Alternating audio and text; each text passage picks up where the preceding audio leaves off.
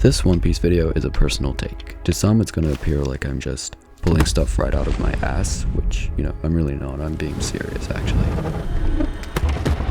And before I begin, I just want to make it clear that this is my own experience when reading One Piece, and it's not necessarily what I think Oda's intention was when writing it, so I just want to make that distinction before I start between my impression of the story and whatever Oda's motives were when writing it, in case anything I say rubs anyone the wrong way and stuff, So, One Piece, I think the story does such an amazing job of sneaking wisdom into its plot, and I just want to explain how my own life experiences shaped how I saw this one little section and why it hit me so hard. And this is a really small part of the story, a really small section, but it really resonated with me. So the section I'm talking about is way back in the Drum Island arc within Chopper's backstory. It's something that I initially overlooked until I reread it during a very dark and challenging period in my life. In chapter 154, Dr. Hiriluk tells Chopper about a man diagnosed with a terminal heart condition. He explains that he sought out the best, most renowned physicians for his treatment, but none of them could alter the course of his disease. Conventional medicine had reached its limits. But one day, while traveling through the mountains, he encountered a sight that was so beautiful, so overwhelming, that it shifted something deep within him. Standing beneath a cascade of cherry blossoms, he was consumed by an emotion that was so profound that when he later went to see another doctor, his illness had disappeared. The doctor declared him as perfectly healthy. Dr. Hiriluk goes on to say that while to some this could only be explained as a miracle or some rare anomaly, he claimed that it was a new principle of medical science. A powerful emotion had triggered a change in the man's body. When I reread this tale, it immediately reminded me of the real-life story that I came across in this book called You Are the Placebo by Dr. Joe Dispenza, which I was reading at the time as well. And the early parts of this book explores a bunch of placebos and nocebo observations in the past, such as the 1957 case of Mr. Wright, which was published in the Journal of the American Medical Association. Mr. Wright was a man who was suffering from advanced lymphoma, and with his cancer getting worse, he had exhausted all conventional treatments at the time. But refusing to give up hope, he eagerly sought out an experimental drug called remissions, which was showing promising results in early trials at the time. And after receiving that drug, Mr. Wright experienced a dramatic improvement in his health. His tumor shrank rapidly, and he was sent home feeling like a new man. However, 2 months later, the media reported that the drug was ineffective, and upon hearing this, Mr. Wright lost faith and relapsed almost immediately. Dr. Philip West, which was his physician at the time, suspected that Mr. Wright's improvement had been due to the placebo effect. To test this theory, West told Wright that the reports were false and that the relapse was due to a weak batch of the drug. He then administered a placebo, disguised as a stronger version of the drug, and miraculously, Mr. Wright's health improved again. But when the American Medical Association later revealed that remissions was a worthless hoax, Mr. Wright was devastated, and his tumors returned, and he passed away just 2 days after being admitted back into hospital. The most directly comparable concepts that I can draw that would match the science Dr. Hiriluk is supposedly alluding to is the placebo effect, neuroplasticity, epigenetics, and information to transformation. The placebo effect was what we just looked at. It's an effect that occurs when a person experiences real health improvements after receiving a treatment with no active ingredients, so it's driven by belief. It's used in drug trials, even though we don't fully understand why and how it works. And just to give you an idea of how insane it is, there is a famous study from 2001 published in the New England Journal of Medicine, where Parkinson's patients were given a sugar pill, placebos, instead of actual medicine, yet they showed real improvement in their motor skills, even though the pills had no active ingredients. Some patients' symptoms improved because the brain increased dopamine, which is a crucial neurotransmitter for controlling movement. I worked for one of the world's largest pharmaceutical companies, developing drugs for cardiovascular disease and for cancer. What fascinated me more so, I would say, was what happens when you test the drugs. So let's say in a typical trial you might give 100 people a drug to show that it works. So you've also got to give 100 people a placebo. It's not uncommon to get 40, 50, 60, 70, also improving on the placebo. So how is it that you can give someone a sugar pill, a saline injection, or perform some false surgery or treatment, and a certain percentage of those people will accept, believe, and surrender to the thought that they're getting the actual substance or treatment, and they begin to program their autonomic nervous system to make their own pharmacy of chemicals that matches the exact same chemical they think they're taking. So, is it the inert substance that's doing the healing, or is it the body's innate capacity to heal? The mysterious part about it, which isn't quite understood, is that there seems to be an unseen sort of conduit communication between the mind and body, something about expectation, belief, and emotion that allows the brain to make very specific biochemical changes in the body. So the reason this little piece of the story left such an impact on me was because these concepts became deeply personal to me during one of the most challenging periods of my life. In 2021, I reluctantly received a certain intervention, we'll say, that unfortunately damaged my heart. And within weeks, I started experiencing palpitations and arrhythmia. When I visited my GP, he dismissed it as stress, which I thought, could have very well been. And he was pointing out that I was young, fit, and had no family history of heart issues. But deep down, I knew something wasn't quite right, especially as I was aware of others my age having similar reactions to the same intervention. What followed that was basically a year of frustrating back and forth visits with my doctor as my symptoms gradually worsened and I developed chest pain, shortness of breath, and eventually even PTSD from the arrhythmias, which were terrifying, especially at night when it would violently wake me up. Some episodes were so intense that I feared for my life, especially there was a disturbing trend happening at the time of young people in my demographic just not waking up because of heart issues. And unfortunately, one day in November 2022, some of my friends and I were running late to the seminar that we were going to, and we had parked pretty far away from the venue, and so we had to run all the way there to make it in time. And about 10 to 15 minutes after being seated, I suffered a very serious cardiac episode, and I had to be seen by paramedics. And after that, my doctor finally referred me to a cardiologist who performed an echocardiogram and revealed that I had a damaged heart valve, and it was causing blood to regurgitate, and it was affecting its flow, which confirmed what I was worried about, that I had a structural problem with my heart. The most debilitating symptom that I had that came from it was the weekly arrhythmia, which it led to frequent hospital visits.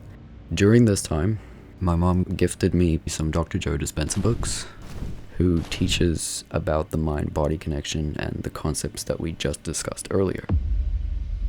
When I started studying spontaneous remissions and I interviewed all those people that were diagnosed with very serious health conditions, studying their content and coming up with the principles that I thought were the most common principles that allowed people to move from one state of mind and body to another state of mind and body, pruning synaptic connections, sprouting new connections, unfiring and unwiring, refiring and rewiring, unmemorizing emotions that are stored in the body, and then reconditioning the body to a new mind and to a new emotion, deprogramming and reprogramming. My mom has previously tried to get me to check this guy out, to check his books out and stuff and watch his videos in the past, but I was never really interested until then, because when you're at your lowest point and you're scared shitless and you feel stuck not knowing where to turn, you literally try anything and you give anything a chance, hoping that it might be the solution. Dr. Joe Dispenza teaches that our genes can be signaled and expressed in different ways, depending on our state of being. He explains that 90% of the thoughts the average person has today are the same as yesterday's, meaning most of us live in repetitive patterns, essentially running on a program. And our bodies respond to our thoughts chemically, so if we are constantly stressed, we keep triggering the flight or fight response, which was only meant for brief moments. He explains that short-term stress is really great because when the event is over, everything returns back to balance. But no organism in nature can tolerate living in emergency mode for an extended period of time. And if we keep knocking our autonomic nervous system out of balance, that imbalance is going to become the new balance because it's switched on in anticipation of a threat, and now you're headed for disease. The hormones of stress downregulate genes and create disease. It's a fact. Push the genetic buttons that create disease. And the thing is, many people overlook the role their state of mind plays in illness, assuming health is only about external factors like diet and environmental toxins, etc. And while those are, of course, important factors, true balance requires addressing all levels, physical and mental. Otherwise, the body's programs remain unchanged. Chronic illness, for example, doesn't just persist, it is continuously recreated along with the body itself because it has become part of the program running the system.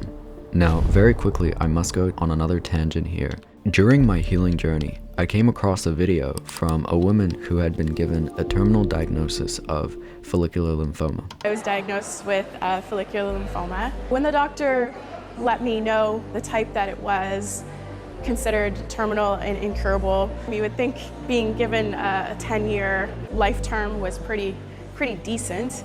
I just wasn't there in my mind. It was a death sentence regardless. She shares her entire story of recovery, but there was one specific part that really caught my attention. But the literature does say that 10 to 20% of people heal naturally from this lymphoma. And I wanted to investigate this 10 to 20% of people that heal naturally.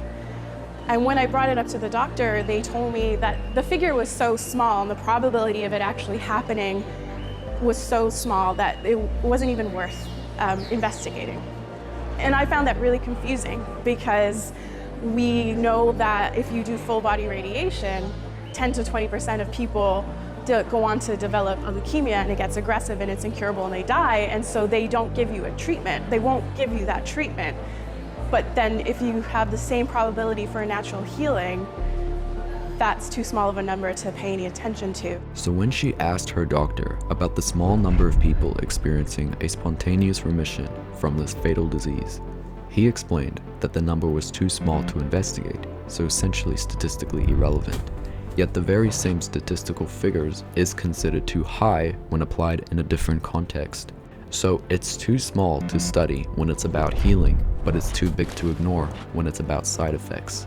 That contradiction really stuck with me, because people who experience spontaneous remissions are largely considered as simply lucky by the medical establishment, who likes to view it as just simply an odd miracle. But there is obviously mechanisms behind these remissions, and if we research them and we understand them, then perhaps we could begin to demystify these so-called miracles. Unfortunately, there are people who have started researching, like this researcher, Callie Turner from the 2017 Heal documentary, who has analyzed over 1,500 cases of spontaneous remissions from all kinds of cancer, shares 9 very specific factors each and every one of those individuals used to help them get better. Only 2 of these factors were physical changes to their lifestyle. The rest were mental and emotional. And while of course this isn't enough to jump to any conclusions, it's definitely something that I think deserves attention and is worth investigating. So, sustaining elevated emotional states can lead to physiological change. However, rewiring the brain is not a pretty process, since it requires breaking old patterns, and you must catch yourself repeating the decisions, thoughts, and reactions that you want to change. It's quite a mental exercise to become aware and consciously catch yourself in these moments you wish to change, and then even harder is demonstrating a strong will to choose something else. Make a different choice, not reacting, not participating emotionally in certain thoughts and choosing different ones, which lead to different behaviors, leading to new emotions. This process is very uncomfortable because you have to condition your body against its habitual programming. And it is literally killing off the old version of you, pruning away synaptic connections in the brain and forming new ones. Crossing the river of change is the biological, neurological, chemical, hormonal, genetic death of the old self. It is a literal dying of the old self. So, having immersed myself in all this, I genuinely believe that the body has the ability to heal, and I just needed to allow it to happen by creating the right conditions. And so I did all that, and to my astonishment, after just 2 weeks, I went 14 days without a single arrhythmia, which was a huge milestone for me. And then another week went by, and before I knew it, it was 6 weeks, and that just blew me away because I hadn't gone for more than a week without any palpitations in my heart. So the more weeks went by, the more I started to trust the process. And so weeks turned into months, and the arrhythmias just didn't return.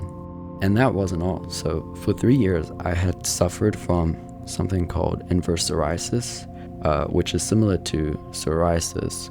It's that autoimmune inflammation problem where skin is growing on top of skin. And the difference between psoriasis and inverse psoriasis is that inverse psoriasis happens in the skin folds. And I've been having it for 3 years, and initially my doctor gave me antifungal creams for it because we thought that it was fungal infection, but it actually wasn't. We later found out that it was an autoimmune, that it was inverse psoriasis. So we tried a lot of steroid creams, etc., which never really worked. Obviously, like for autoimmune conditions, there's no cure. They give you something to manage it, like a steroid cream, which is what I took. And so it would help mitigate the symptoms, but it will never really go away. But after my healing journey, the rash disappeared entirely. The pigmentation scars faded away as well. And that's what shocked me. Just blew me away. And you can actually find a lot of these stories. There's so many incredible stories of people overcoming these chronic conditions, people on their cancer journey, people on there's other psoriasis journeys that I came across, like this guy and this lady who had full-blown psoriasis all over her body. She had it since she was 20 years old and completely overcame it. So when I reread Dr. Hiriluk's brief tale, it was a bit of an eerie experience because I came across it when I was going through this healing journey of mine. It was just so perfectly in sync with what I was doing that I had to take it as a sign. So this is why this really tiny little section of One Piece, which seems almost negligible to someone like me, it held a lot of significance. Even though I kind of went on a bit of a tangent, this story there is so much in this story that I see parallels to the real world in so many ways, and it's just mind-blowing to me, honestly. It's like almost prophetic in a way. But yeah,